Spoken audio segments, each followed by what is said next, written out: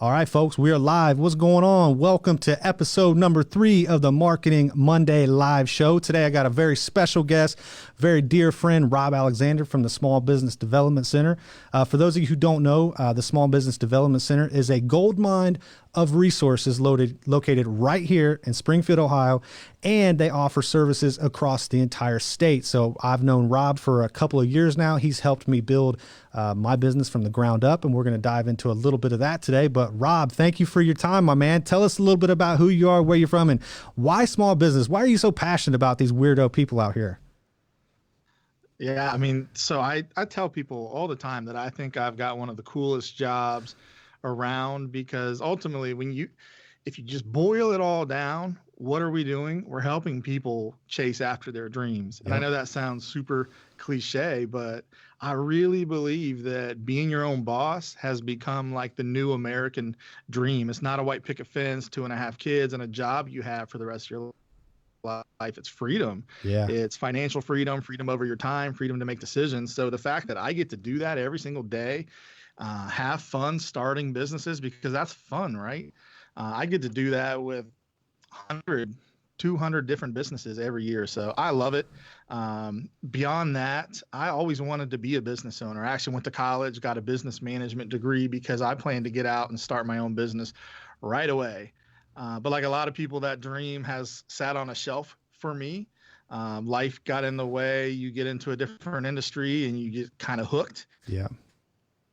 into that industry. For me, that was running nonprofit organizations. So by luck or God's grace or whatever you want to call it, I found my way to combine nonprofit administration with what I always wanted to do, which was to start a business and run a business of my own. And really running the SBDC is kind of like running a business, but I get it even more so because I get to help other people start their own business. And help people, you most definitely do. So, and I feel like it's even double, it's even win-win because like this is, Springfield has been, been Clark County resident is that your entire life or pretty much of it, or how long you lived in Clark County? Ever since I graduated college, when I graduated from Wright State, I decided to move to Medway, Ohio, because that's where all young people want to live. Medway, But no, Ohio. I grew up near Columbus, Lancaster, that area. Okay. Good deal. So you're supporting the community. You are helping entrepreneurs. You're helping businesses, man. You guys do it all. So in my perspective, because I know a lot about SBDC, I've met with, 3 or 4 or 5 different business coaches up there. And one thing I always preach on is that there's never a lack of resources. There's a lack of knowledge of resources. There's a lack of resourcefulness. So if you could give me a bird's eye view, right, of all of the services that SBDC has to offer to anyone in Springfield, Ohio. Yeah. So actually, you've met with 7 different business coaches. I 7? know because I counted. Yes. Yes, seven different coaches. You've had 38 meetings, spent hours with us. You were like one of our all-star clients, no question about it. A bird's eye view is a little difficult. We've actually expanded our services so much in the last 3 years. Yep. I'd say the first time you visited us in 2016, we probably had like maybe 8 to 10 things, different kinds of consulting that we would do. That now is 24 different types of coaching. Everything 24, from wow. like basic startup stuff, like we can help you write a business plan, do some market research, to a whole slew of marketing coaching. Listen, when I was going through your history, I think you got a master's degree in marketing because we covered it all, from email marketing to social media to SEO. Like we hit every single area. So a lot of marketing. There's very few areas that we don't cover. And I think that's what's valuable about fits you into a box. You come in with your situation, your background, your experience and expertise, and we help you continue on that journey to either starting a business or growing the one that you have. So it's a very, very customized where you want to go. And for every single person, that is different and their path is different. So, the big difference between us and just getting on Google and trying to find what you need is we actually have brains. I mean, we can take what's actually happening, what you care about, the way you want to do business, and create a path to that goal in a way that Google cannot do, because Google's a machine. Absolutely. It's going to tell you the same thing, whether you're Eric Matta or you're some guy out in North Carolina. Absolutely, 100%. And you're right. So I didn't know 7 business coaches that I've met with, but I can look back and remember, and I look at my own personal experience with business in a kind of logical sequence of steps, right? In the beginning, like I had an idea, right? I had an idea and a passion and a flame, and I thought, this is my idea. I know this could work. I've seen it work before, and I want to do it, right? So for me, step number one, the first time I met with a business coach was back in 2016, and he hands me a business plan, like an outline, and I'm like, what the heck is this? Like, I just need help starting a business. I don't need a business plan. And come to find out, like I do. I have to have a business plan. There's so much stuff that I didn't know that I wasn't even able to think about, right?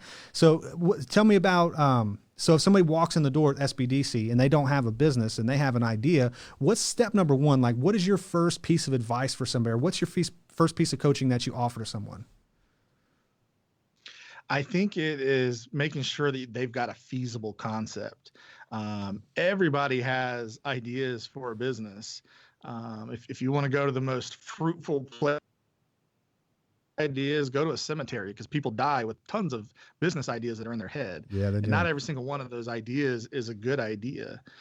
Most businesses fail because there was not a market need for what they wanted to sell. Mm-hmm. And so to me, the first idea is come in there and bounce your idea off the wall. If SBDC is nothing else other than a wall to bounce ideas off of, we're still valuable. Absolutely. So I think, to me, the first step is let's figure out, who exactly are we trying to serve? Do they have a pain point or a problem that we think they would be willing to solve? And let's go create a painkiller to solve that pain point. Absolutely. If we don't have that, if we don't have a problem to solve, we probably don't have a business. And so I see a lot of business owners come in there. They got a great idea because it's something that they care about. It's a problem they may have, but do enough other people have that same problem? Yep. And is someone else solving it adequately or not? Yep.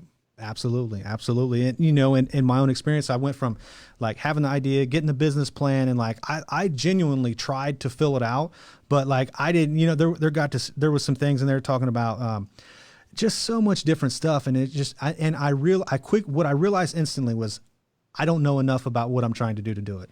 Right. And that was a very, we had that problem. Yeah. When you were there in 2016, I was not there yet. Nope. But when I did, I came in and I would read the notes from sessions like your early ones, and people would come in, they have an idea, and we would hand them a template for a business plan. I can't really tell how much we actually helped walk them through that plan, talk them about every single section in there and why it was important and what are some ideas that maybe you should think about when you are trying to complete this. That's where our approach has changed. In fact, we've even made it one of our core principles. Don't be Google. We don't just want to hand you a template. Yeah, the template thing didn't work out for me. So yeah, that's something that's changed. If you were the SBDC 4 or 5 years ago, it is not the same place, and maybe it's worth another shot. Absolutely, absolutely. So, in my experience, again, like it was 2 years from that experience right there. It was like I got the business plan, I was all hyped up. So I had the business plan, but at the same time, like I thought, like let me go here and build a website, and let me do this Facebook stuff, and let me do all. And like I was trying to advertise something that didn't even exist. That was a mistake I made early on. Like, but I did learn how to build a website. I did learn how to start a Facebook page, and I learned a few things, but I didn't have a business, right? So fast forward to 2018 when I sat down with you again, and it's crazy how that worked out, because like back in 2016, like I had a flame, I had a fire come alive inside of me, and for the first time I felt like I could do it, right? I can do this. I could start this business. Like I'm capable of it. That fire died. Right. And it was a painful death, because I was working a job, like, and I knew like there was no way I could make more money than what I was already making. Right. So there was something inside of me that was like, it was just frustrating. I didn't know how to actually, make more money or anything like that. But what I quickly was able to do was get back in there and be able to start back over again. I remember sitting down with you, and I'm like, man, I have a business account. I've got an attorney. I've got the LLC. Like, what do I do now? And based on your notes, what did we talk about the first time around? Do you recall? Yeah, I remember us figuring out how do we reach people in the right moment. Yeah. So for your DUI business, how do we get your name in front of them in that moment where they now realize I've got to find something, I got to find a solution so that I don't have to go to jail. And so we were thinking, well, they list the Yep. They put them in the newspaper. postcards. Like that was our very first tactic. Yeah, but I mean, we probably did 10 different tactics before we started really landing on something that was working. Yep. I thought, It's so funny that you were talking about that fire that you had for your business and how it went out. yeah. That is such a common experience, so much so that I talked about the other core principle, don't be Google. My favorite one is keep the fire going. Yeah. For us, that means we have to make sure that fire that you had, it never goes out. So every time you come in, every week, every other week, you leave there excited again, because it can be easy as a business owner to lose that fire and forget why you started this in the first place. Yep.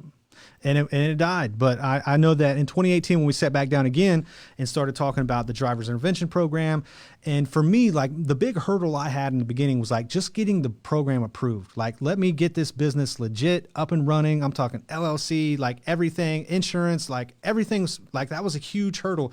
But I remember like when we finally got approved, and I'm like, wow, we are a legit existing business.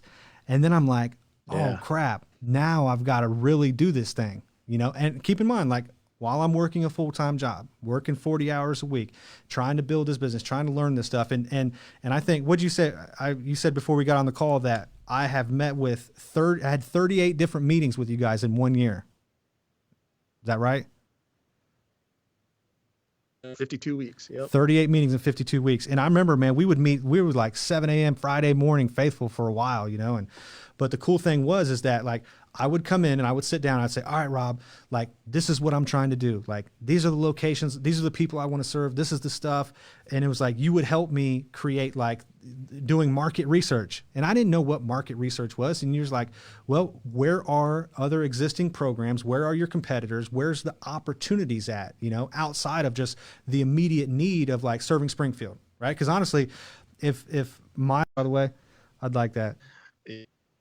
Yeah, for sure. I mean, to me, it speaks power to just how important it is to putting in the work. Like you hustled like almost all of our other clients, and only one other person put as much time in at the SBD business has absolutely exploded as well. So to me, like it tells other people, if business, even if you've got a full-time job, you had a full-time job throughout all that. And so did this other gentleman. They still put in the work. They made it happen, and now they're reaping the benefits of it. I mean, your journey, we know where it's at now. At some point, you were able to career 9 to 5. Yep. And I think that you're happy. Yeah. So it's been a cool ride to watch that happen. Yep. Man, it all starts with work, and SBDC cannot do that work for you. We're there to teach you. Yep. I mean, everyone starts like probably you felt like, I got a great idea, I'm passionate about this, but at some level we feel like a fraud because we've never owned a business. We don't know how to wear all 20 different hats that you wear as a business owner. And so you don't feel like you should be starting a business. I don't to an SBDC and say, hey, like, I don't know how to do all of this stuff that I know I need to do as